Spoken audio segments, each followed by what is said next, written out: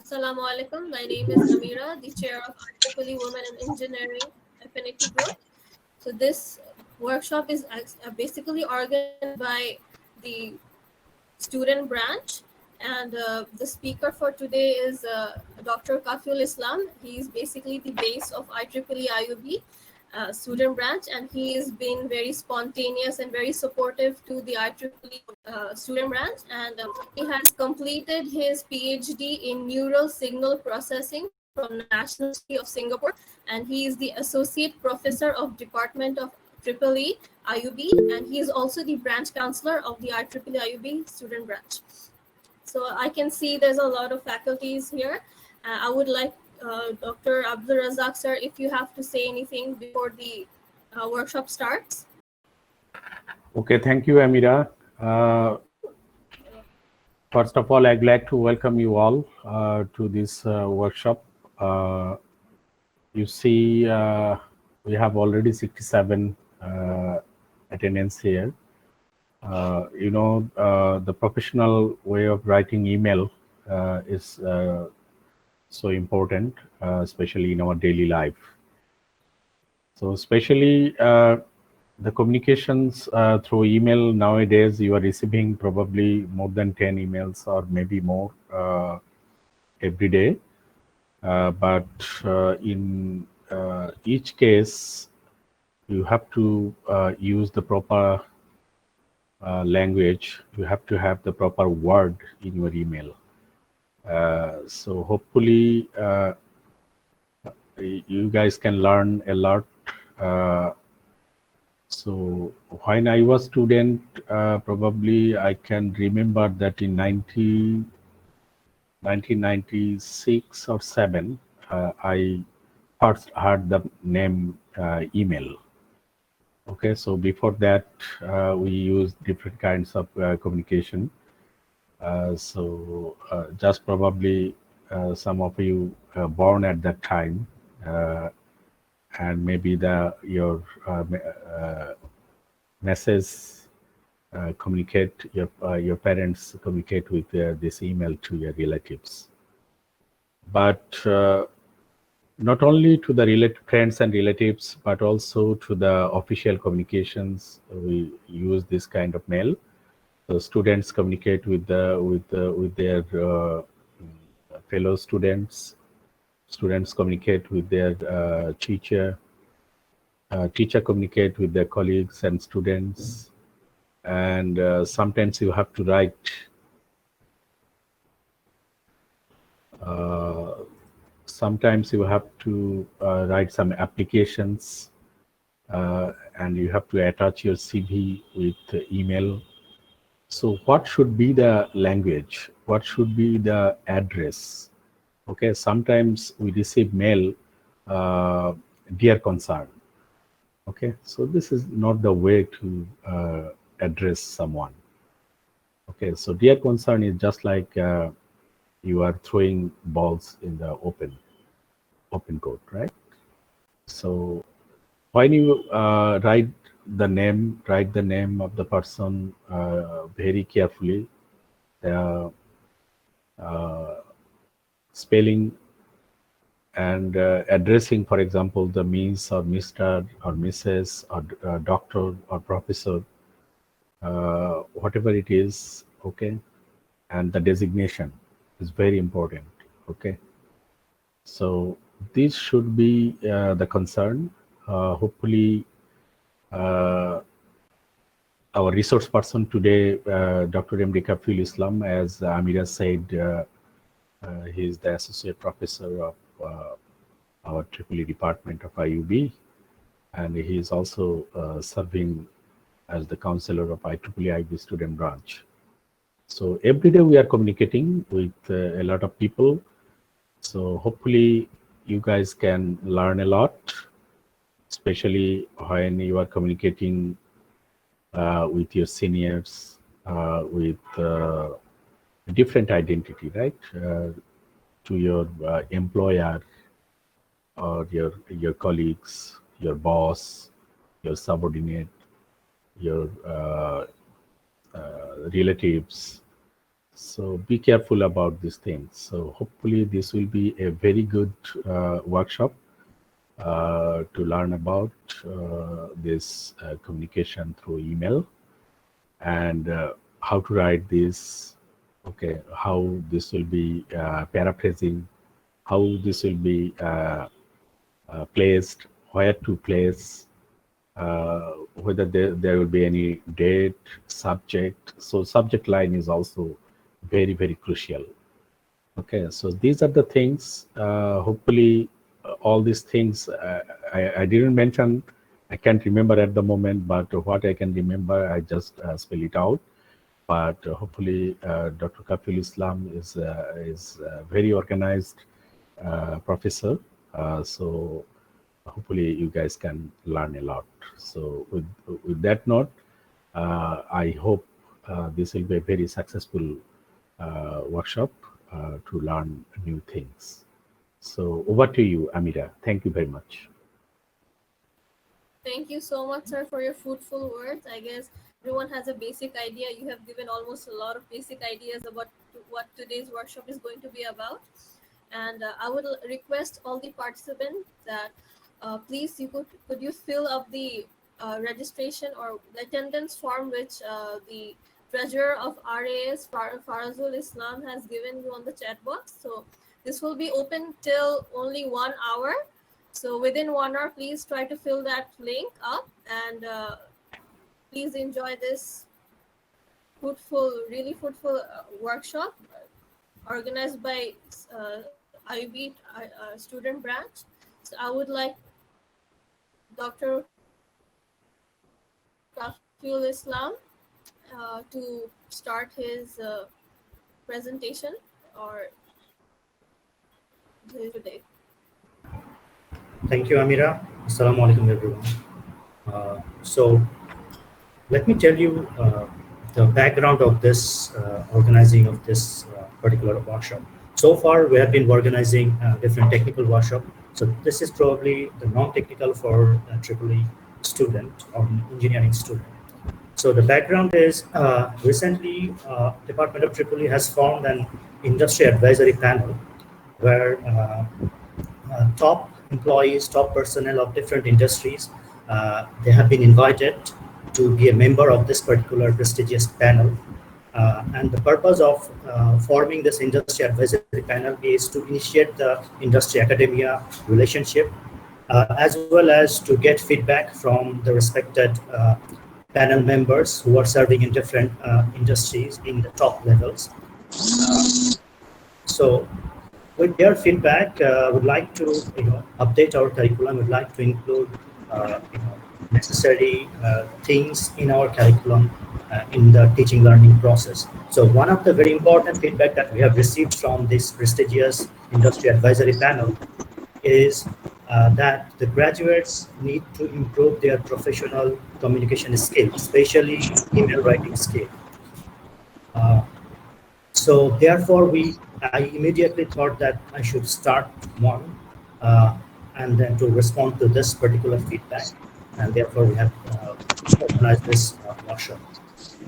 In the meantime, just an off topic for us, if you are the host, can you please mute all the participants? Because you have the access to mute them. All right. So I think we can start now. So let me share the screen.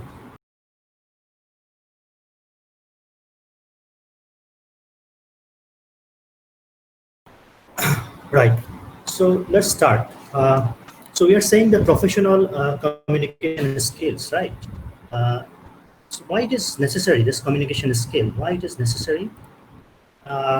So there has been a survey.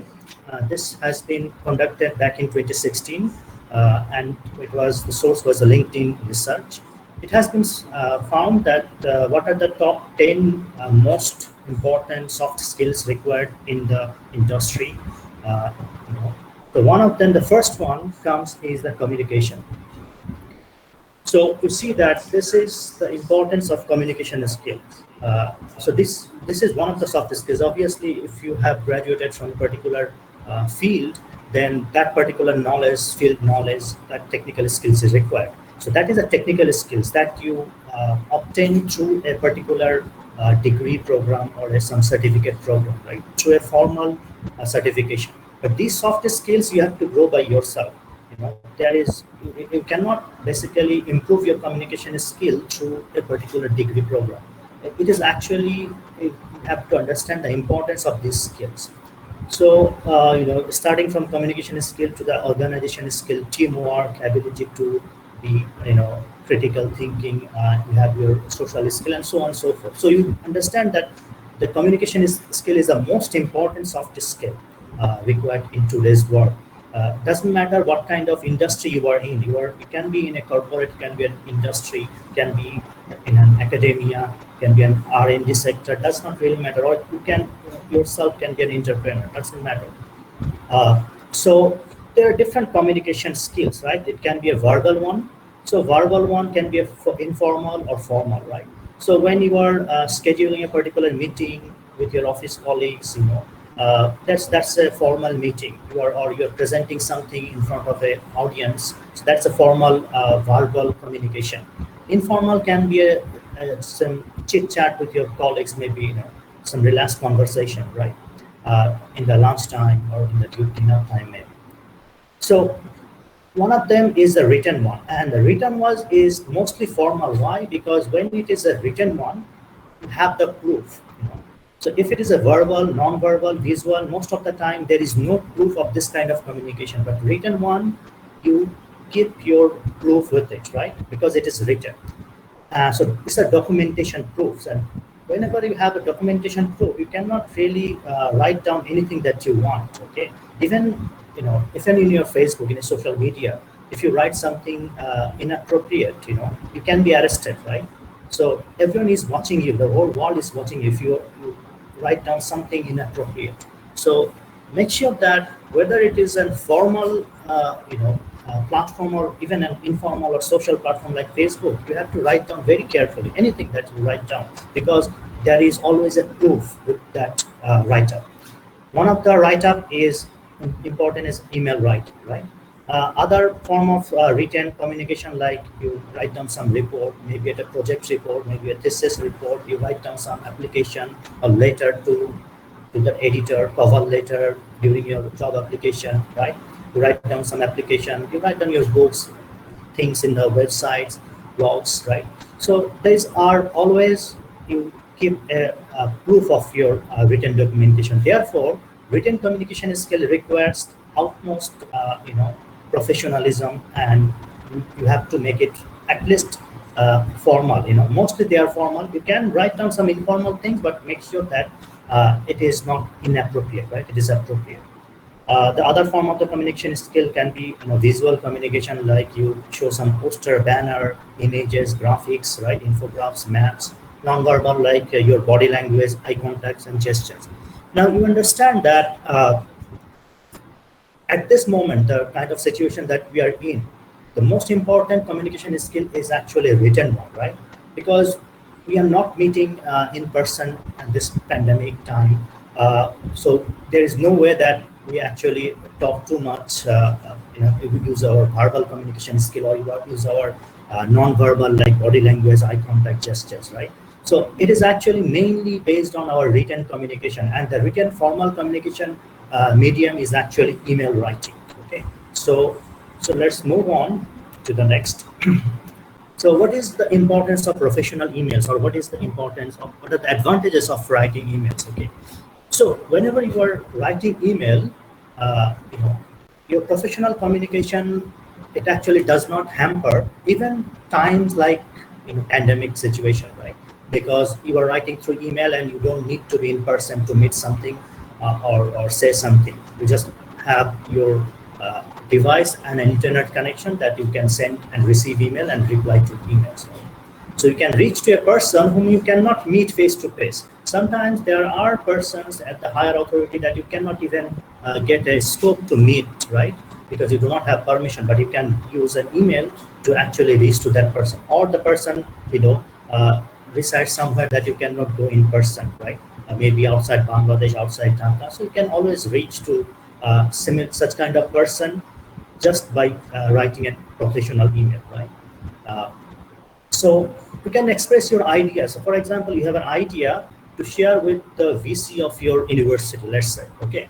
So most of the time you will not get access to meet VC because he's very busy and there are so many students, okay?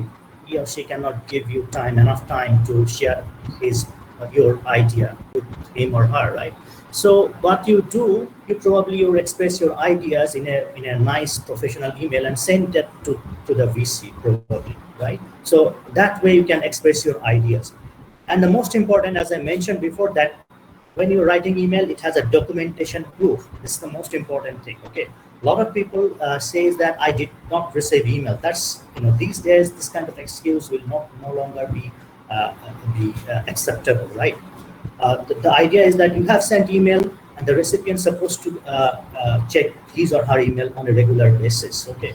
So there is always a documentation proof. You can show that, okay, let's see that I have already sent an email to you and dated on that. So you have that proof.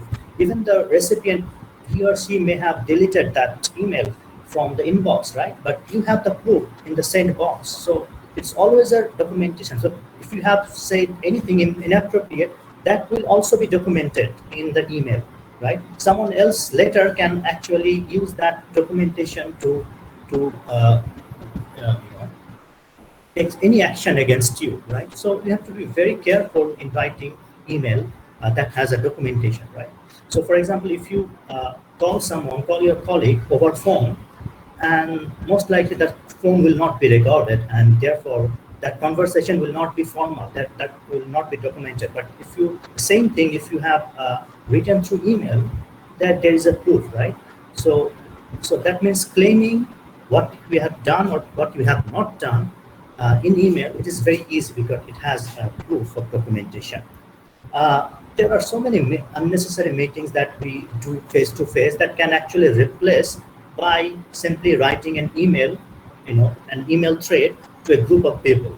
Okay, so this is an example that we are facing at this time.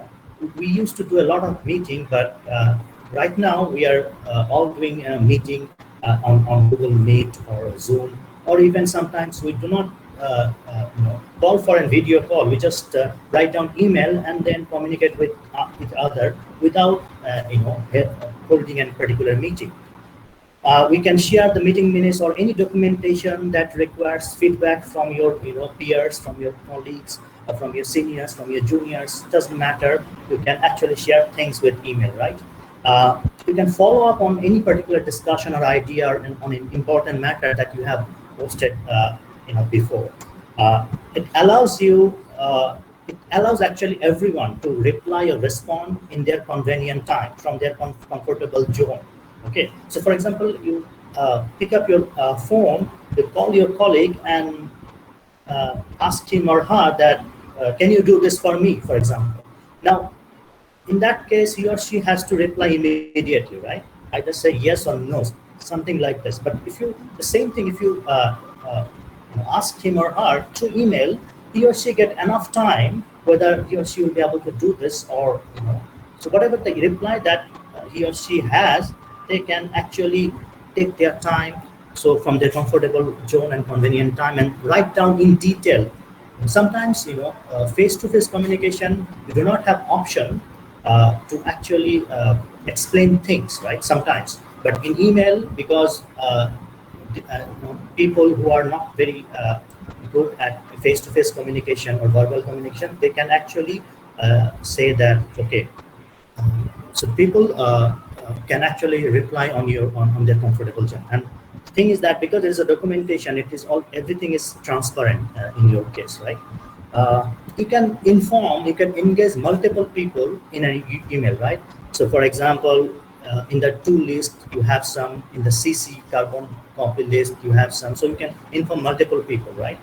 You can distribute your workload. You can make people work by just writing a professional email. So how it is, for example, let's say you are a student and you have been given an assignment by your faculty member, okay, or project that involves a group work, teamwork. Now, you have already discussed with your team members through Messenger group, for example, that, okay, these are the work distribution that we are supposed to do. but your faculty member doesn't know this.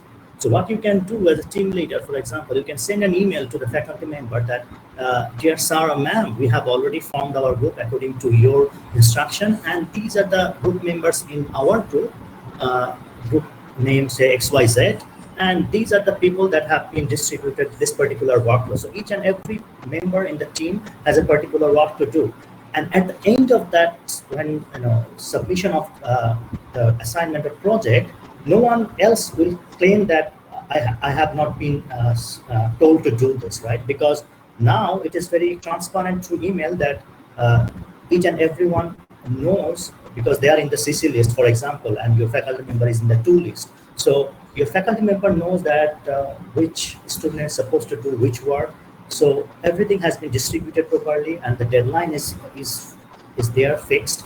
So that means you have the, no one can later claim that I don't know, because it has already been distributed in a formal way, in a professional manner, and it has a proof documentation. Sometimes you can be very frustrated with the client, with, for example, the person you're dealing with your colleague, but you need to reply back, you need to respond, right?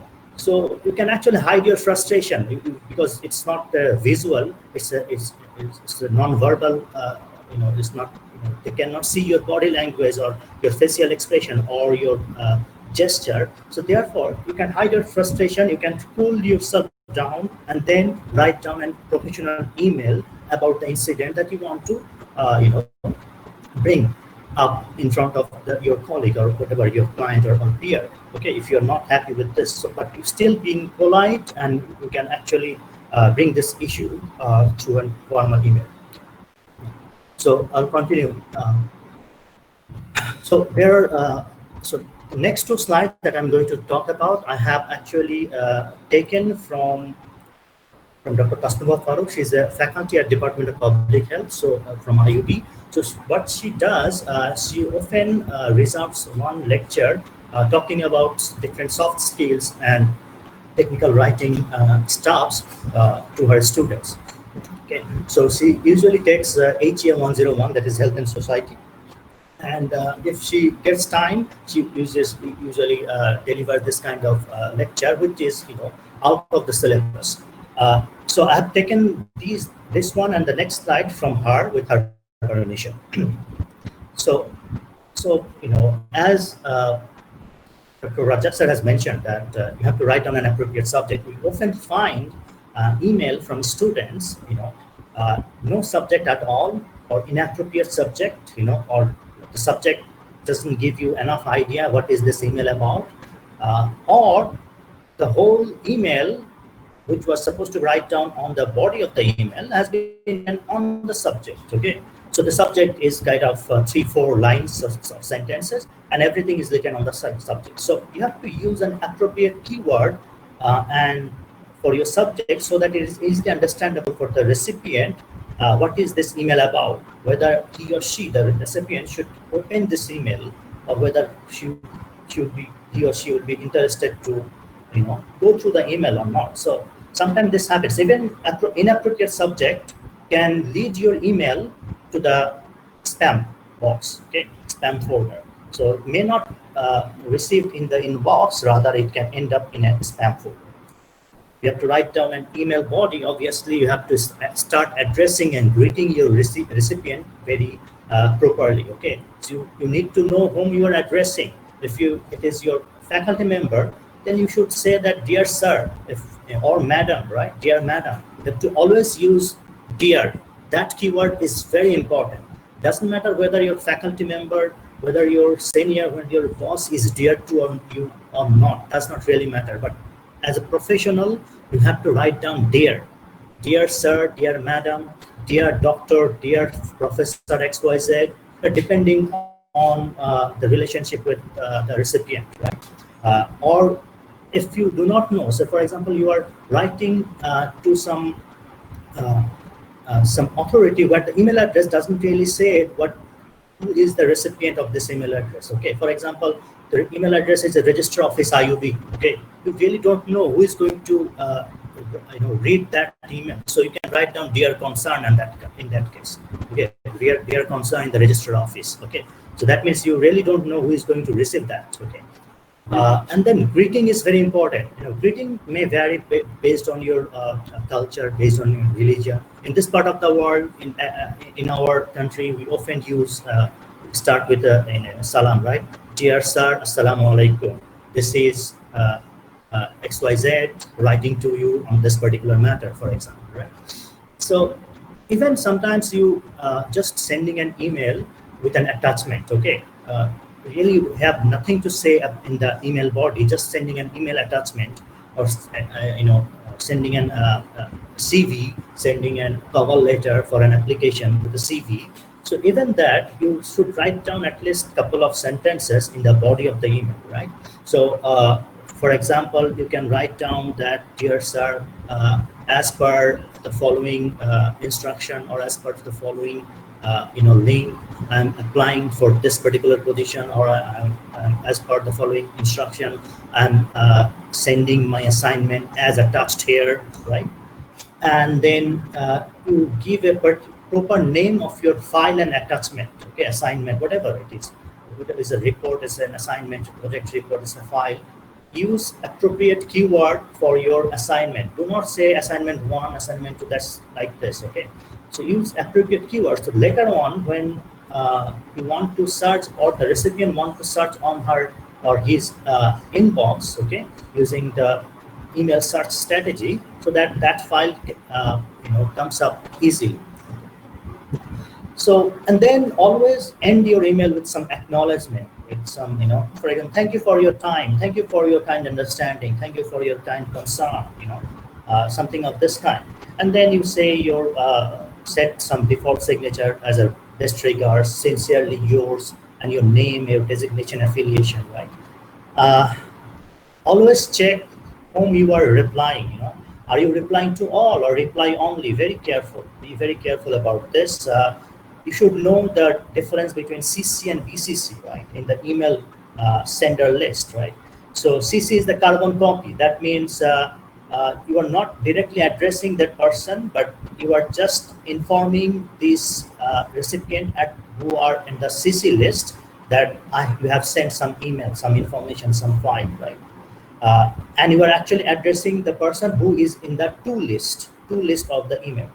And BCC, on the other hand, you can, if you want that all the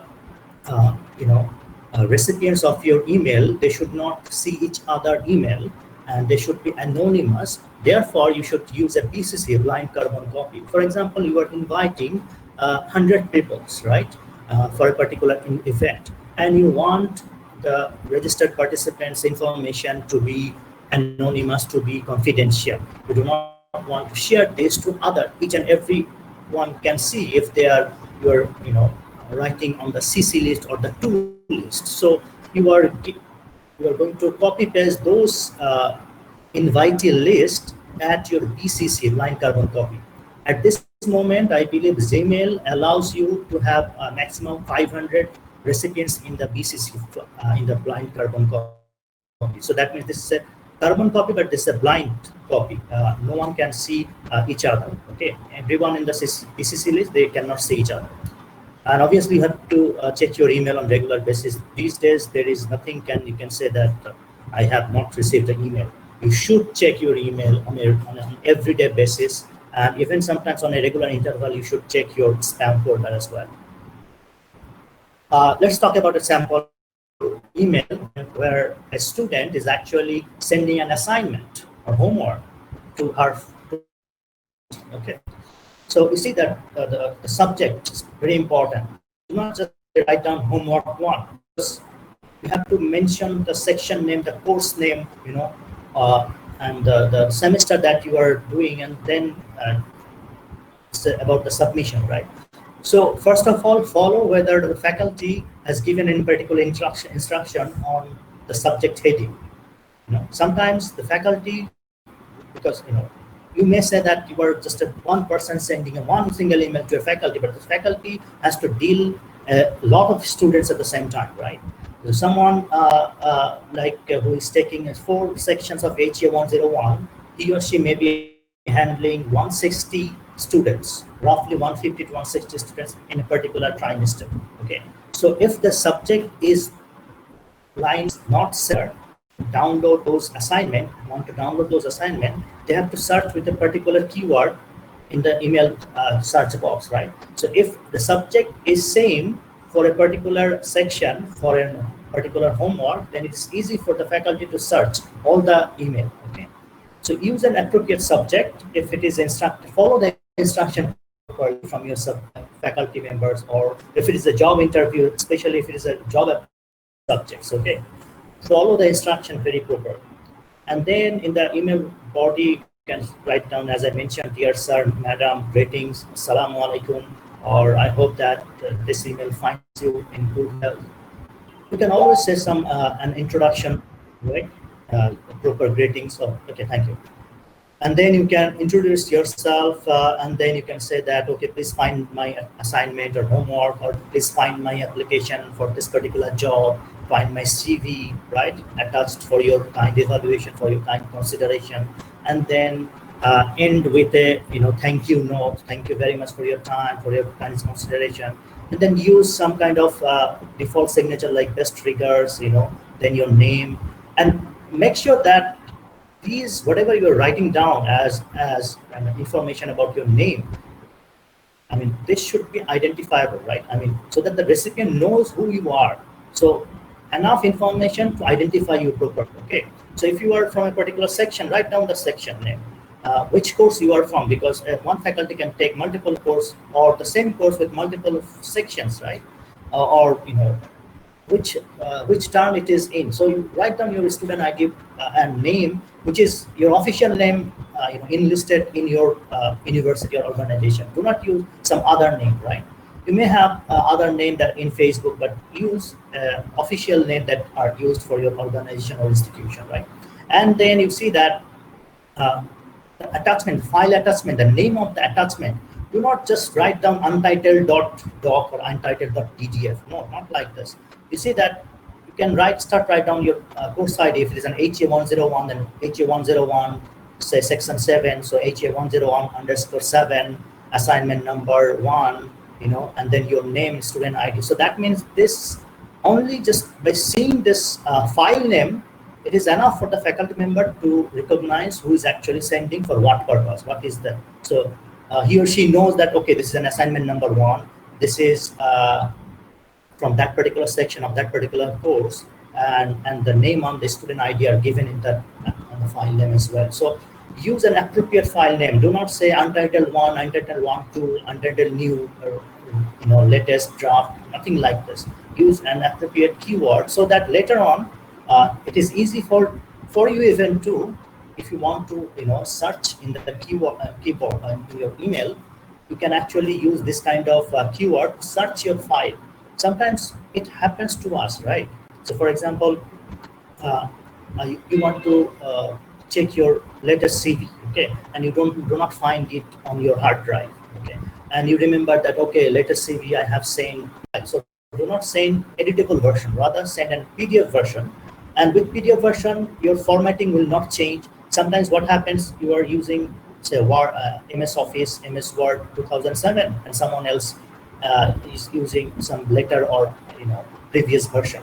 And when he or she opens that with his or her version of MS Word, formatting gets messier. Things cannot be seen sometimes. So that's a problem.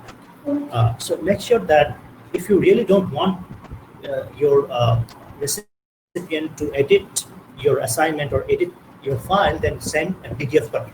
And PDF copy is easy to just, they can simply start printing the PDF copy without any formatting issues.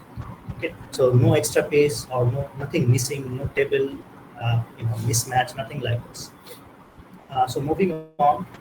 So now I'm going to give you some topic name of starting from your email ID to at the end of any settings required for your professional email writing, right? So I'll just go through this topic name and then I will give you the real demonstration on my Gmail. Okay. So first thing first, I will always recommend that you use your Gmail, Google Mail apps. Okay, because it is compatible with so many things. It is compatible with many Google Docs. It is compatible with so many other applications, so that it's easier for you to use a Gmail app for your email. So first thing first is that what should your email ID? Sometimes you guys have email ID, very weird email ID. Okay. So for example, you are talking over phone, your boss is asking you, tell me your email ID, I'm noting it down, okay, and you are saying, okay, my email ID is bomb007@gmail.com. That's very funny. It's very funny because it's not professional. Rather, you use your name in some way in the email so that it is identifiable, right? Even in the display name, the way that we display our name on Facebook. So use your official name as the display name, okay? So no, nothing like this. Okay, my display name is awesome dude, and my email ID is bomb007@gmail.com. That sounds very funny, very unprofessional. Okay, very unprofessional. So these things you can do it on Facebook, but still in social media these are not much recommended, encouraged. But do not do this at least in your email, because you know that email will be used in many professional purposes. Okay, your profile picture of the email, right? Because if you have a Google account, you need to upload your profile picture. It's important that you have profile picture. It has to be a formal. If it's at least it's a semi-formal. Okay, not like your Facebook where you have a weird facial expression as a profile picture and gesture, giving victory sign and something like this. No, do not do this on an email profile picture. So this is how you start. You start with very first thing first. Having a formal professional email ID, a display name, a professional profile picture. Do not use a picture that is 10, 15 years ago and no one can identify you because you have changed a lot, right? Then you probably are going to send your email to CC or BCCs. We should know that what are the difference between these things, right? Which email ID you should send in the to list, in the CC or carbon copy list, and the BCC, the blind carbon copy list. So you should know the difference, right? As I mentioned, as I given an example, let's say you are the team leader of your team, okay, and you have been assigned a particular task, okay, and now you are going to report your team progress, okay, to your immediate higher boss, immediate reporting boss. Okay. So you have to put your immediate reporting boss, whom you are reporting to, in the to list. And in the CC list, you can put your team members' email ID. Okay. So on behalf of your team, let's say you are giving an update to your reporting boss. You're giving the CC list, right? Sometimes you want to invite a lot of people, right, in a particular event, and you want to preserve their identity. Therefore, you can put all the email ID at the BCC list. But it's not good enough just using BCC list, because you have to use some to and CC as well. CC is not mandatory, but to is always mandatory. So what you can do, your boss has asked you to disseminate these invitation letter to 100 of people, right? So you can say, for example, you can put all the 100 people in the BCC, and in the to list, your immediate boss or immediate colleague list from whom you have been given this assignment, right? So that your boss will know that, okay, you have done your job and you already sent that mail to the others, right? So from which email address you are going to send and professional email? Most likely, if you have institutional or organizational email, use that email ID to send an important professional email. Okay, if you are already affiliated with some institution or organization. Otherwise, right? So use that institutional email ID for any communication within your IUB, even beyond IUB as well. So if, for example, you are applying for higher studies, you have this IUB domain email address, and then it is better that you use that institutional email ID for your higher studies purpose. Okay, writing any email to a professor for prospective professor for an RA position or for admission purpose, anything. So if you do not know the difference between these two CC, BCC, or if you're writing down, sending your email from your personal email, even though you have your institutional or organizational email ID with you, often personal email can end up in a spam folder. Okay, and many people do not, obviously do not check spam, therefore your email will easily be ignored. Even though it ends up in the inbox of the recipient, sometimes since it is a personal email ID it has come from, so the recipient may ignore that. Okay, and as I mentioned that use an appropriate subject keyword. Okay, for example, if it is about a project, some project name, so XYZ, so regarding project XYZ, write down job application for the post of that particular post, applying for RA position when you are applying for higher studies. So first of all, which subject to choose? First of all, you should remember if you're applying to somewhere and there is a provision of application, you have seen some circular, right? See the circular very well, that whether the circular demands you to use a particular subject line or not. If yes, then you must use that subject line. Without that, your email will never reach to the HR department. Okay, they will just filter it out. Okay, or your professor will never ever see your email because he or she will filter it out. If it is not there, no particular subject is mentioned in the circular of your application, okay, then you should use your common sense to write down appropriate subject, okay, so that your recipient is interested to open that email. Otherwise, he or she will simply ignore. Or that even the choice of your subject is so important that it may end up in spam folder if you do not use a particular good subject line, right? So a bad practice of the subject line, high, subject line high, it doesn't make any sense, right? Or say it's very important, so you have said please check in the subject line.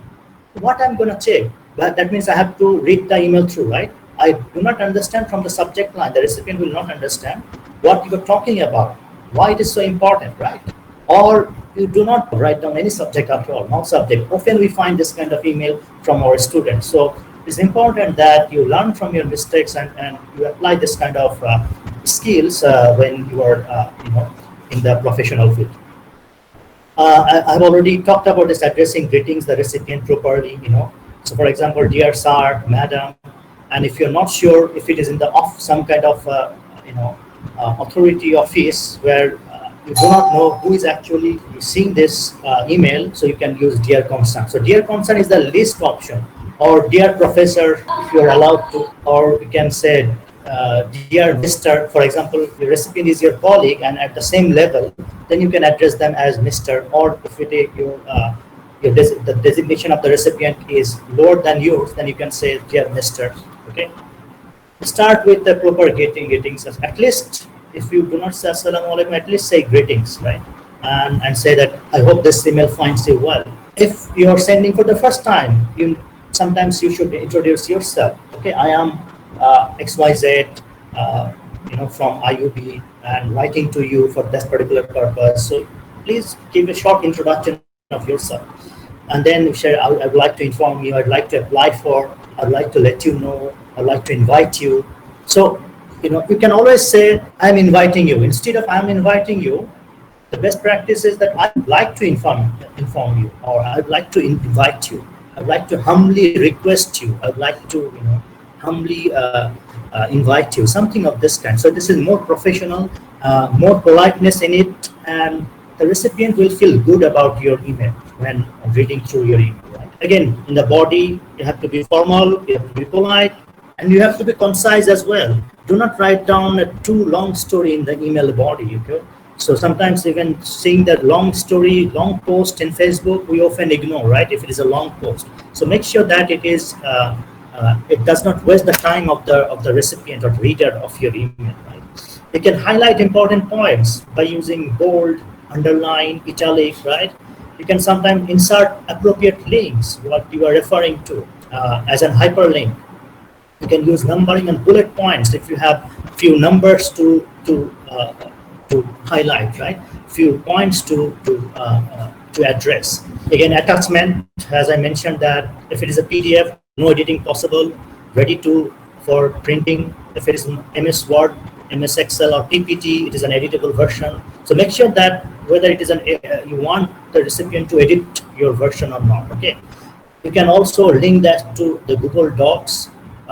So you have to use an relevant, appropriate file name of your attachment, as I mentioned before. And then moving to whenever you are going to end your email, you have to use a thank you note. Thank you for your kind cooperation. Or you can say at least, okay, I will appreciate your quick response, eagerly waiting for your kind feedback on this. Okay, so that means you're not only appreciating the effort of the reader that he or she has read through that email, but also you are expecting some kind of response from that reader. That is very important. Otherwise, no thanks message, no ending note, no expectation, no appreciation. The reader may just read the email and then that's it. Then may delete or come back to the inbox, right? So may not ever reply back to you. Okay. And then you will say that best regards, sincerely yours. And you can use always a default signature. I will show these things from the settings when I'm going to demonstrate the email setups. Okay, so you can use a formal default signature from the settings, so that you do not need to write down each and every time all about yourself and after sincerely yours or after regards, right? Yeah, make sure that now if you want to reply to a particular email, so there are few things, there are different options. You have reply to all, right? Sometimes what happens, your faculty members say has given a particular assignment to all the students, right? And then you would like to say that you would like to ask a silly question to your faculty member and you are replying to all. That means all the students will get this email, right? But the students do not need to receive such email from you. If you have any query, okay, you can reply just to your faculty member, just to the recipient, okay?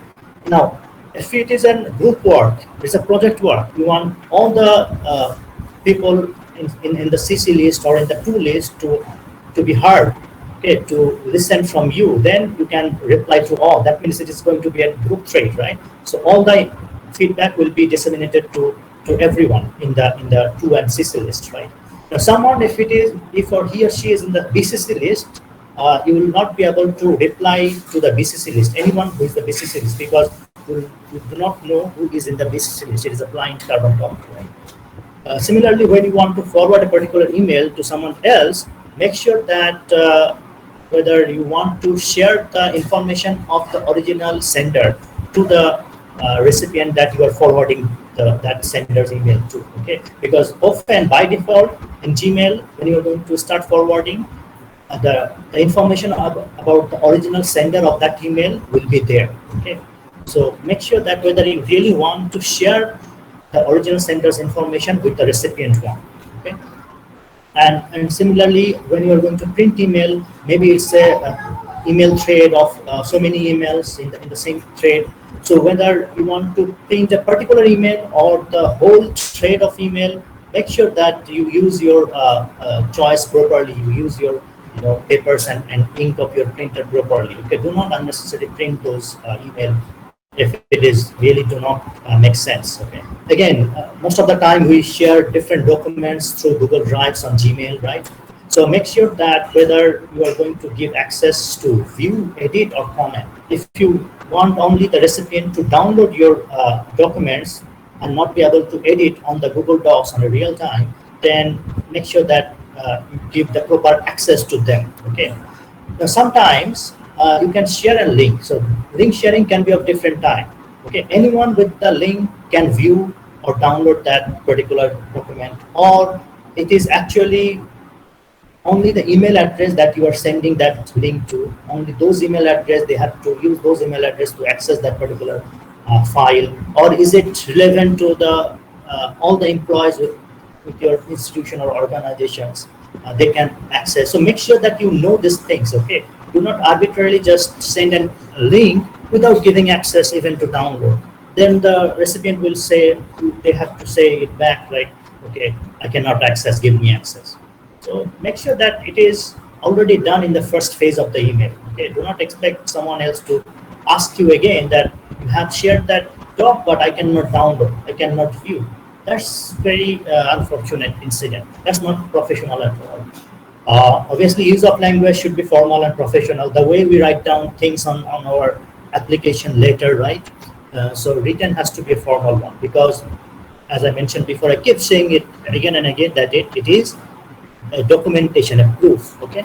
And it gives you the impression how sincere you are, how professional you are, how much a team member you are, how good, how good colleague you are. It actually gives this kind of impression to your colleagues, to your peers, to your boss, okay, to your faculty members. Sometimes what happens, you can create one single email thread and with a group of people. So for example, you are working on a project where all the relevant people in the project, all the team members of that project can be in that email thread, okay? So you can use that common email thread each and every time you want to share any update, or you want to share any file, or you need any feedback, okay? With the same purpose or subject, with the same group of people. So instead of creating new and new email subject each time, every new email, you can use that same email thread to reply to all, and then you can share your information. Okay. Creating email group. Again, you can actually create email group. I'll show it while the demonstration. Yeah, checking email. If you have the Gmail app, be it on your smartphone, be it on your desktop, you can always turn on the notification. So whenever any email comes in, you get the notification. Like whenever any SMS comes in, you have the alarm, right? You have the notification, warning, alarm, so that you do not never miss any email. And sometimes you need to check your spam on a regular interval as well. So what happens? You will get a lot of emails in your professional career. Most of the time you'll get a lot of emails. Some will be absolutely unnecessary. Some emails are just promotional, some updates, some from some social sites. Make sure that you unsubscribe to those which you do not want to receive email from. Okay, make sure that you mark spams to those if applicable, if needed, right? So there is unnecessary email, so you can actually mark those spam, so that in the so that your inbox is not flooded with emails, unnecessary emails, and therefore sometimes you may miss an important email, okay, because it is flooded with so many unnecessary, unimportant emails. Sometimes what happens, you may not be able to reply immediately, right? You need some time. So what happens if you think that, okay, I have an email, it is important, but I cannot reply or respond at this moment. So what you should do, you read that email and that mark unread again. Mark unread, so that later on you can see the unread emails and then you can reply back, okay? Or you can say, you can reply to the your sender that, yeah, received with thanks, or I have received your email. Please allow me some time to get back to you. I'll get back to you later. At least some kind of acknowledgement that, okay, I have already received, don't worry about it, I'll reply later, okay? So this is very important, email forwarding to a single email ID. So you can have multiple email IDs, right? You can have an organizational email ID, you can have a personal email ID. So sometimes it's very important, it's not feasible to check each and every email ID separately. So what you can do, if you're comfortable with your personal Gmail ID at this moment, so what you can do, you can forward all the emails coming to your institution or organization email to your personal Gmail ID, so that you can check one single email ID every day, and you receive all the important updates from incoming emails from at multiple email IDs. But you can check single email ID, that will actually save you a lot of time. You can use email merge. You can actually Google it, email merge. So what email merge does, so for example, you have hundreds of recipients to invite for a particular event, and they are those list of those emails and the name of those recipients are on an Excel file in a different column. What you can do, you can use email merge. But in one email, you can actually address individually with their name. So for example, dear Muhammad Kafiul Islam. So if you do not use email marks and I, Muhammad Kafiul Islam, among the 100 recipient of your invitation list, okay, then you have to say dear sir or dear madam. But if you say that dear Muhammad Kafiul Islam, but still using one single email and sending to 100 participants, 100 invitee, but each invitee or recipient will see on their inbox that they have, the sender has addressed with their name properly. Okay, so dear Dr. Muhammad Kafiul Islam, dear Muhammad Kafiul Islam.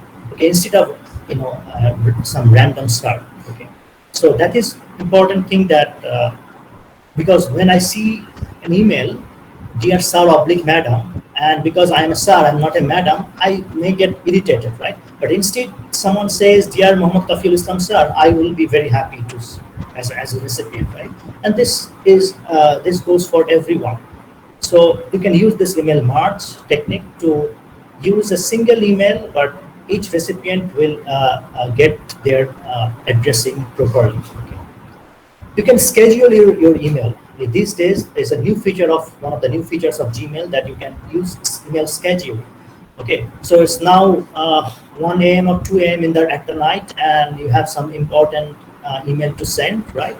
And you send it immediately, and maybe the notification is on for your boss, and he wakes up from the sleep, and see this kind of email from his colleague, may get irritated sometime, right? So what you can do, yes, you have a nice idea or you have nice feedback, you can write down on a weekend, on a non-working hour, but you can schedule to be delivered on a particular working day at the morning. Okay, so you can deliver, so we can schedule that, okay, this email I'm writing now, but it will be delivered on 9 a.m. Sunday morning tomorrow.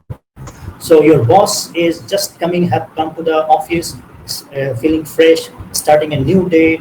The first email he or she is checking probably is your email, therefore giving utmost importance to your email that time. Instead of getting that email on a weekend when he is on a vacation with the family or receiving email, either he or she will be irritated if someone gets an email on a weekend or a non-working hour, or he or she may read that email and later forget about it because that comes in a weekend, right, or a non-working hour.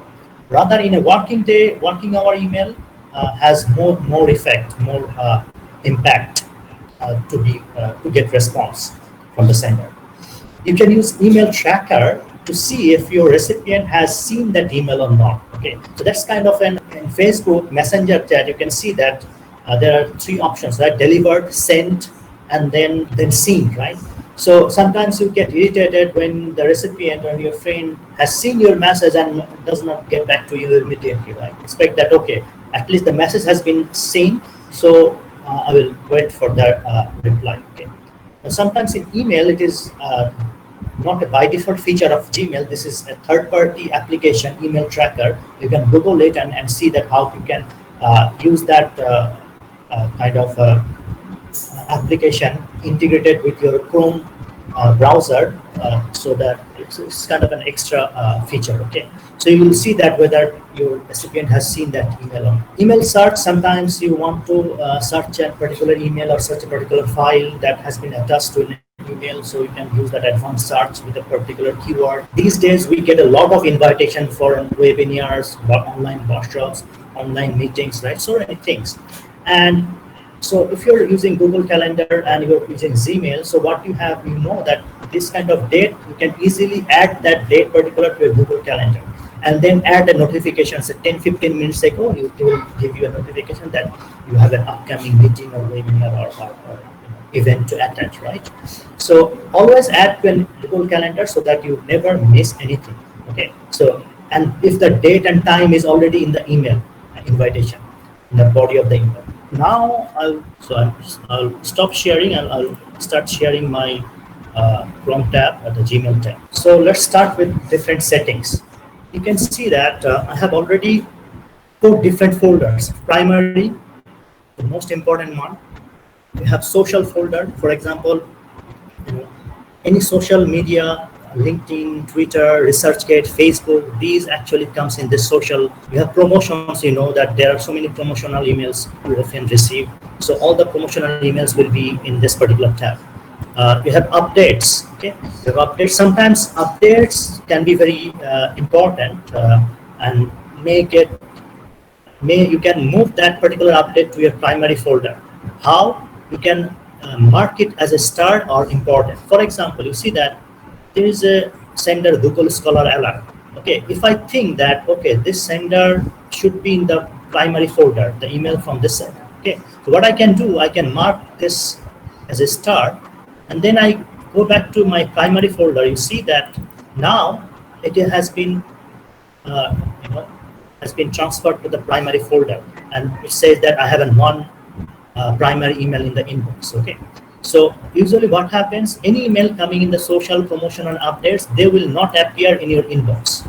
Okay, they will appear in the social and promotion and updates, and so this has been now transferred to the inbox, and you say that I have a one new email, right?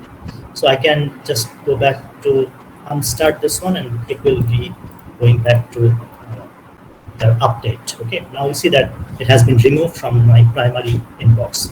So let's start with few points. So anyone who is going to receive an email from me will see that the sender name is Kafiul Islam.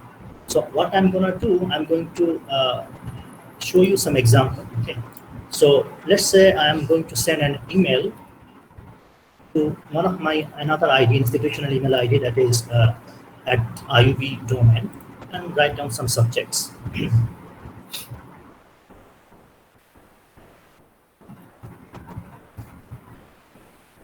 I'm going to send it now, and I'll show that, see that whether my display name is Kafiul Islam at the recipient end. Okay, so I'll check that email.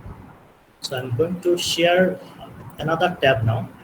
So I hope that you can see the another tab of my email ID. That is now this Google account is actually the IUB email ID.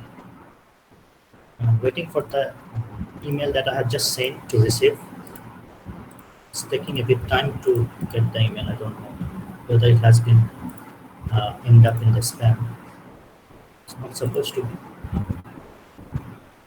Anyway, I think I don't know why it's taking time to receive that email, but let's get back to some other part. So let's talk about the settings. So let's say that how you can put this signature, by default signature with that, right? So we go to the settings, and there are different looks that you can have on your inbox, right? So if it is the default look, sometimes even without opening that particular email, you can actually view that file sometimes. Okay, so for example, you can view this one. So without opening that particular email, without seeing that email, for example, I'm opening an attachment from Ferdous. Yeah, so something of this kind. So you go to the all settings. I think you can see the settings here. So there are a lot of settings, obviously, but let's talk about the signature. So you see that this is a signature part where you can write down your particular information, right? So you can put your default signature over here. You can put the links of your professional profile, like LinkedIn or any website that you have.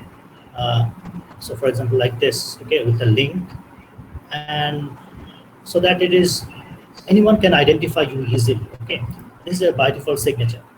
Sometimes you may be on your leave, okay, maybe on a leave, on a vacation, or you are busy with some projects and you cannot immediately check and reply to different emails that you are receiving. So that time you can give some auto send message. Okay, so for example, you can, this is known as vacation responder.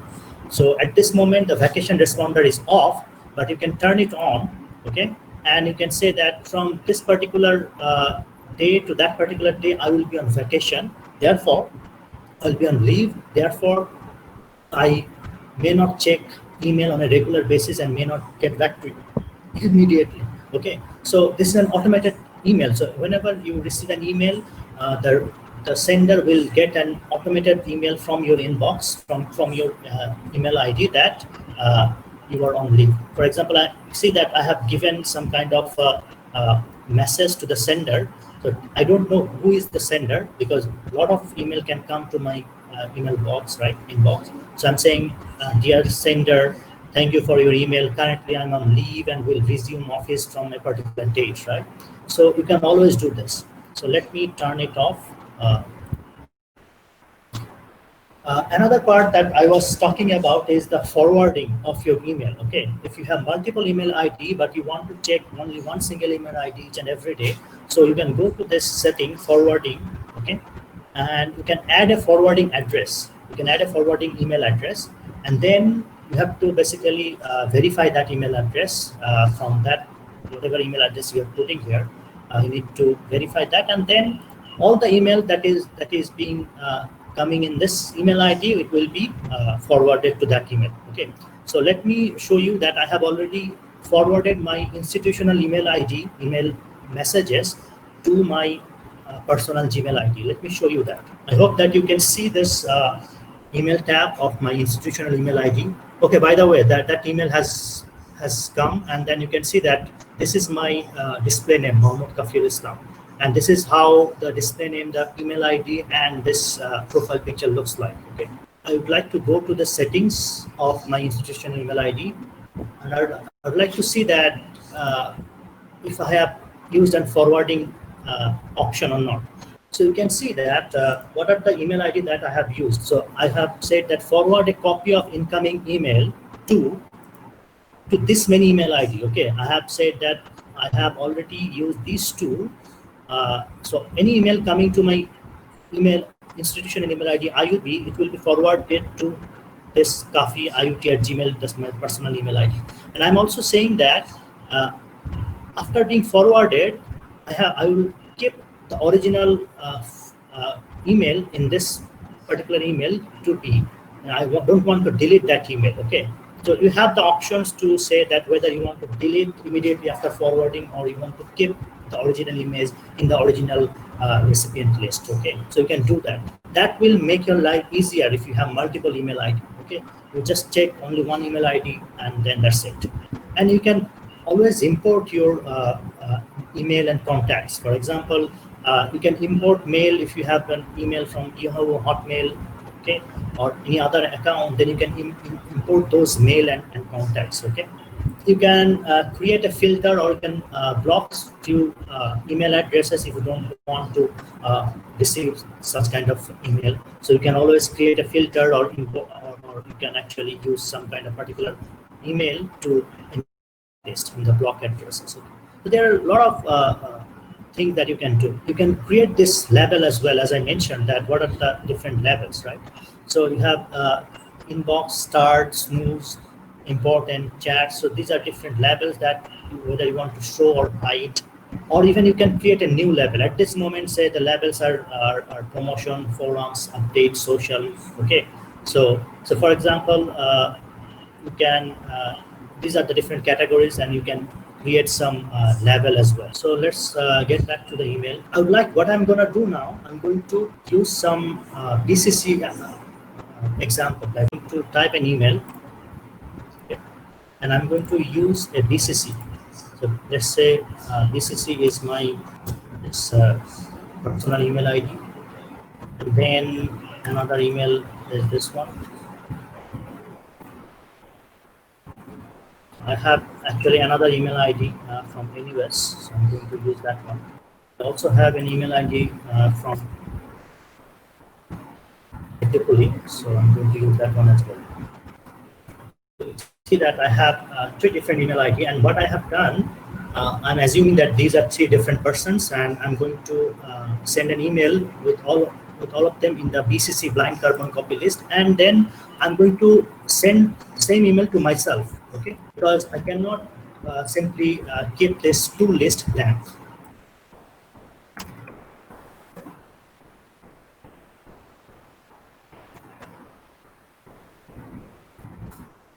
Just writing down some random. Send it. So since I have also emailed to myself, to this particular account, so it is there, right? It is me over here. So let's check the other email, that the personal email now. So you see that, I hope you can see this new tab that I'm sharing. So you see that there is a subject for testing BCC, okay? And you see that I am now in the BCC list. But if you remember that there were actually 3 recipients in the BCC list, right? 3 different email IDs, but I cannot see the rest 2. I can see only mine, okay, in the BCC list. So this is what the BCC means. Now, if I want to reply, you can see that I can only reply to the original sender. I cannot reply to those who are in the BCC list, okay? So this is the difference between, but if they were in CC list, carbon copy list, then I would have been able to reply to all of them, and I would have been able to see their email ID as well. So who are in the to list and who are in the CC list, I can see. Any recipient can see those. So I'm going to discard this one. So before that, I'm just going to give you an idea about the scheduling of your email, right? So what you can do, you can see that there is a send that will immediately send your email, and there is an option called schedule sending. So you can, schedule like tomorrow morning 8 a.m. Let's say, yeah. So you send a blank email, although, but you have scheduled that. So in the meantime, if you want to, cancel your sending, then what you can do, you can easily cancel because you have the schedule. It has not been delivered to the recipient inbox yet, because it has been scheduled for tomorrow 8 a.m. and you have time, and before that time, you can always be able to cancel your schedule sent, right? So let's say I'm going to cancel it. Updated scheduling here, therefore I cannot cancel it, but you can do it after the scheduling is done. You will be able to cancel the schedule set. Okay.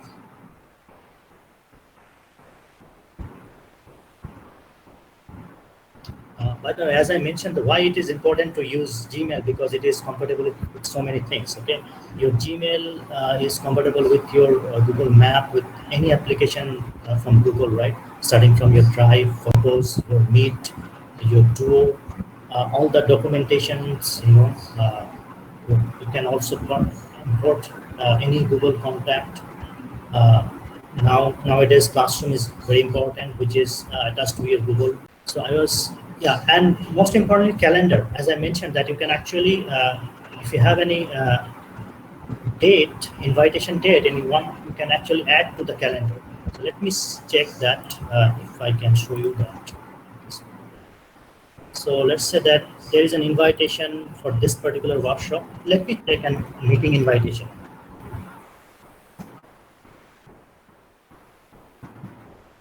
So what happens when you are getting an invitation? Okay, you can always say that whether you are going to attend that meeting or not with a yes, maybe, or no. Or you can also create your calendar option. So you can go to your calendar and you can say that, okay, I would like to, I'm going to that meeting and I want a particular notification for that meeting because it is linked to my calendar, Google Calendar as well. So you can do that. So let's talk about email search. So you have email search, right? So better that you use an advanced search, and you can see that, let's say you want an email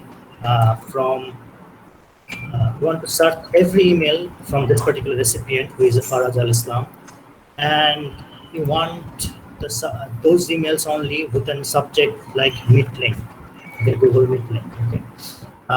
And has the words, maybe you are looking for some workshop Meet link, right? And then you want that when that particular email has been sent, maybe within 1 day or within last 1 week or so, right? You can also say that whether it should include some attachment or not, and then you can search. Okay, so this create filter and then search.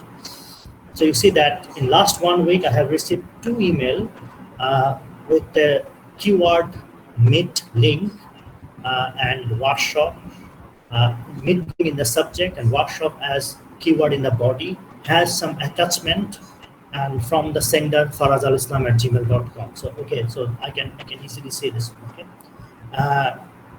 you can also exclude any particular other. You can create more filter, right?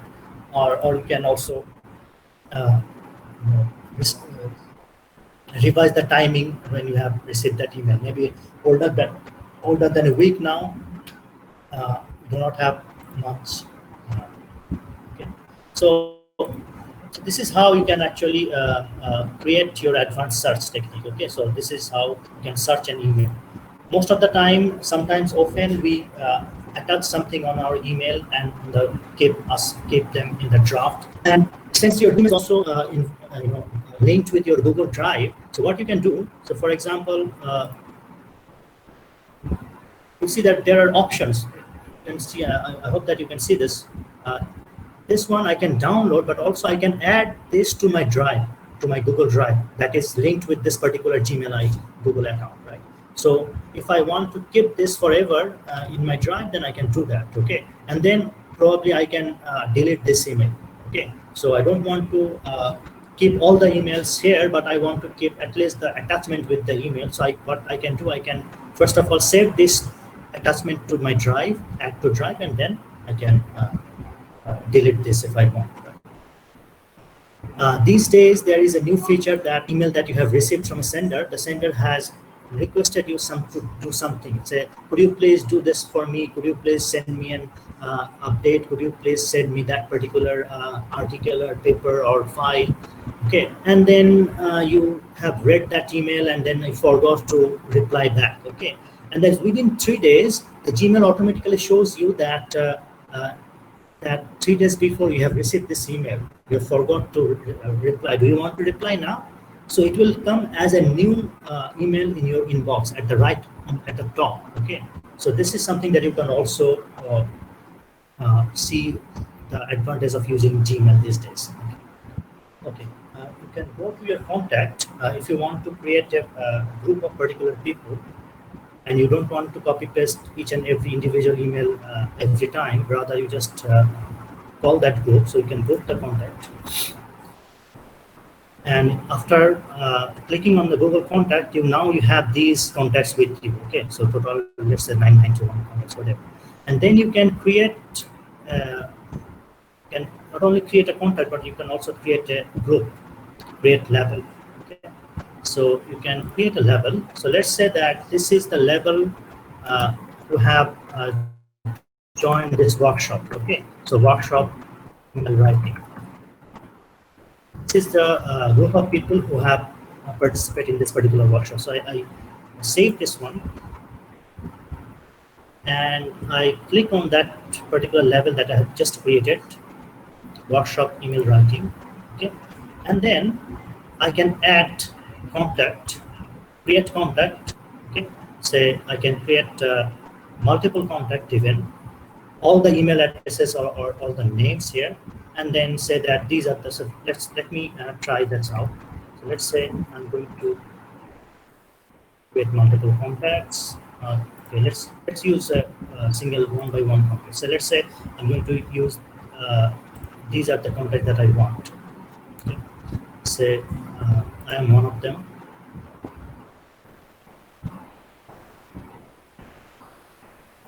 So you see that already one member here in this particular group, email group. I can create further contracts. Say Faraz is there. What's the Faraz email ID?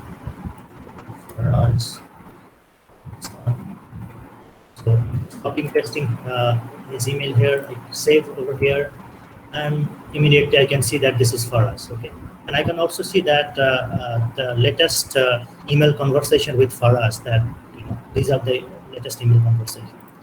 So like this, you can create multiple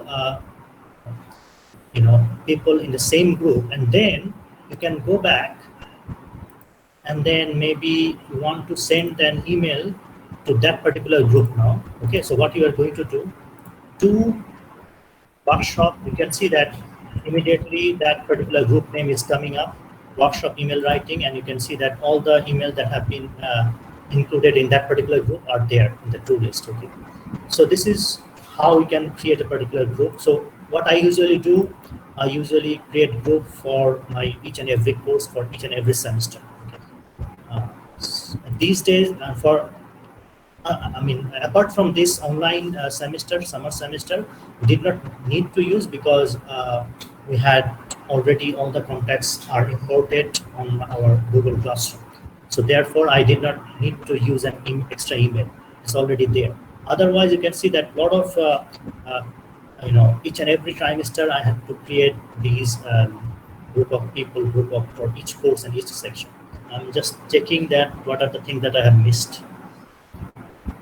I'll just end up with this Google Drive documents sharing, in particular Google Drive documents. Okay, so I hope that you can see this email. Say that I have received from one of my colleagues. I have received one document, doc file. Okay, and I would like to see that if I can edit this, with Google Docs. Okay, I would like to see that. So this, I'm a recipient. I have sender send me an email with a Google Docs. I would like to see that if I can edit with Google Docs, if I have that permission with me or not. So I'm just opening that Google Doc now. Remember that I am the recipient of this one. So I'd like to see that if I can edit this. I can edit this, so that means I've been given that access of that for editing, right? And I would like to see that whether this is what are other people that are shared with. Okay, so actually it turns out to be that I was the owner of this document, and it was later sent back to me. And you can see that basically the idea is that you can see that who is the owner over here. You can also see that if you want to add someone else, okay, and whether you want to make that person as an editor of this document or as a viewer or a commenter, you can always do that. And you can notify that particular people that, okay, I have shared this document with you. You'll be able to, you can edit that, or at least you can view that, depending on what kind of setup you are giving, what kind of access you are giving to that recipient, right? And then you also see that there are different things, like there are different ways to share the documentation. Okay, it says that it is restricted, only people added can open with this link. So that means when in the email recipient list, only the people that are in the email recipient list, they will only be able to get this link. Okay, or you can do a different things. Okay, there are different three options basically. You can either make it restricted to only people added in this email to open that link, or you can say that, okay, it does not require any sign-in, it does not require any particular email ID, or it does not require anyone to be added here. If anyone has this particular link that you can copy from here, anyone with that link, they will be able to either view or comment or edit, right? So make sure that you understand whom you want to give this kind of access, right? Sometimes anyone can share the link with others, right? If it's very confidential, then you should not use this one. You should only use this kind of things, restricted. Only people added with this link or with this documentation will be able to, view or whatever, edit, depends. So I think this was very important things because these days you are sharing a lot of documents through email with your peers, with your colleagues, with your faculty members. So make sure that who has the access. So let's say you have been given an assignment, you have submitted that assignment, but you have shared your assignment with all your class friends, right? With all the classmates who have not even submitted yet. So they will be able to copy from you, right? So you should only be given that access to your faculty member who is going to evaluate your assignment or assess your assignment. I'm going to give one last demonstration about a professional email. Okay. You see that I hope you can see all this. So this was about course offering for the next semester, where I am the course coordinator, and I'm actually sharing our proposed course assignment. Okay, which faculty has been assigned which particular course for the next semester. I'm actually sharing that particular Google Sheet with my colleagues. So you see that how I'm starting. Okay, how I have started. you see that I have given all of them to the to list, because all of them are actually faculty members of IEEE department, and all of us are actually do know our email addresses, so we are very uh, we know each other, so it's nothing confident. I mean, the email addresses are nothing confidential, so I have not put in the BCC list. Okay, and then I started with dear respected colleagues.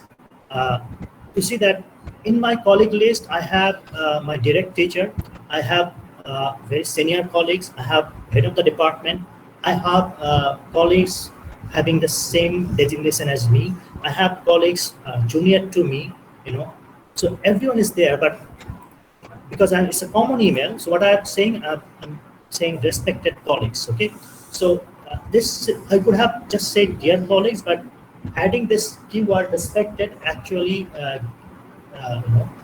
makes a good impression for my colleagues, right? And I said started with assalamu alaikum, right? And then I am highlighting few things, right? So what is the deadline for them to respond back to me, and when is the meeting? I have highlighted something, and then when I have the link that I have shared, I have given that particular link, and I have given them the access to actually put their comments, put their proposed assignment. Okay, so that means I have given the editor access to them that time. Okay, later on I have changed that access from editor to viewer. Okay, when everything is done, when the course assignment is done.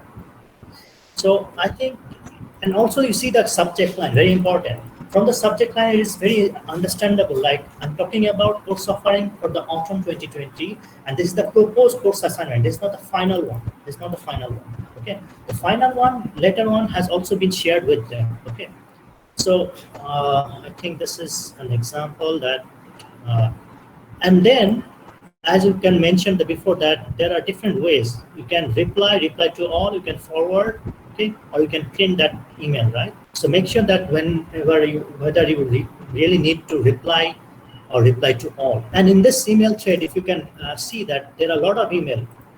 In the same thread, there are a lot of email, different colleagues that they have responded to me, and they have given their feedback, So on the same email thread. Okay.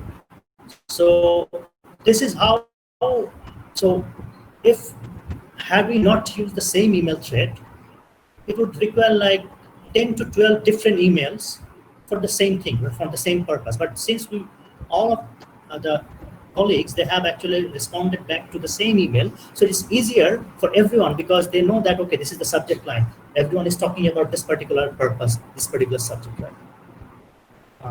So I think that I have tried to cover as much as possible, and I would like to end here from my side. Now I'm ready to take question answer. Thank you.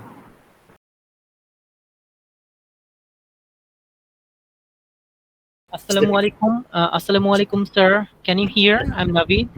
Yes, Naveed. Assalamu alaikum, sir. This was an excellent piece of workshop. We have learned a lot. My question is we receive visiting cards from professionals whenever we are outside, we are meeting someone. So is there any time limit to reply to that particular person? Like I heard that there are some time limit in which we have to reply to that person from who we received the card from. Who is the sender? Who's the sender? It may be anyone. It may be anyone. Like we visited the office and he gave me a card, and he said, yes, that mail me. He said mail me, and I'll tell you in details about something. Yes. So I heard that there were some I faced this situation, to be very honest. I mailed him 2 days back, and he was saying that you were too late, and too late means he was suggesting me. He was saying that always try to be responsive as fast as possible. It was so yeah. Is there any particular time limit in which we have to be responsive to someone? No. The idea is that be as fast as possible. Okay. Otherwise, someone else will take the opportunity. If you want to grab the opportunity, you have to check your email every day and try to respond as fast as possible. All right, sir. Thank you. So, for example, I have, I remember that just sharing with you one story.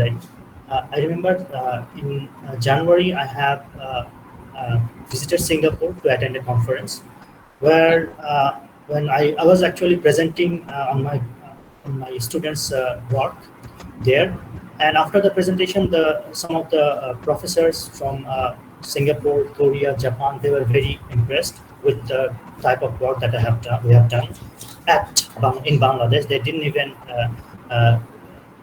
realize that we can do such work, and they were so impressed that one of the professor from Korea, they said that he is willing to take some students from our university. So he has shared his visiting card with me, and he said that please write me back.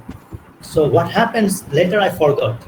That means I missed the bus. I missed the bus. Now if I start giving him the reply or email, that is like 7-8 months back, right?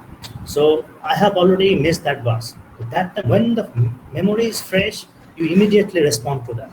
So for example, you attend a conference where a professor gave a nice talk and you were very impressed with the talk, and you immediately go back to home and say that, dear sir, I have attended your seminar or workshop.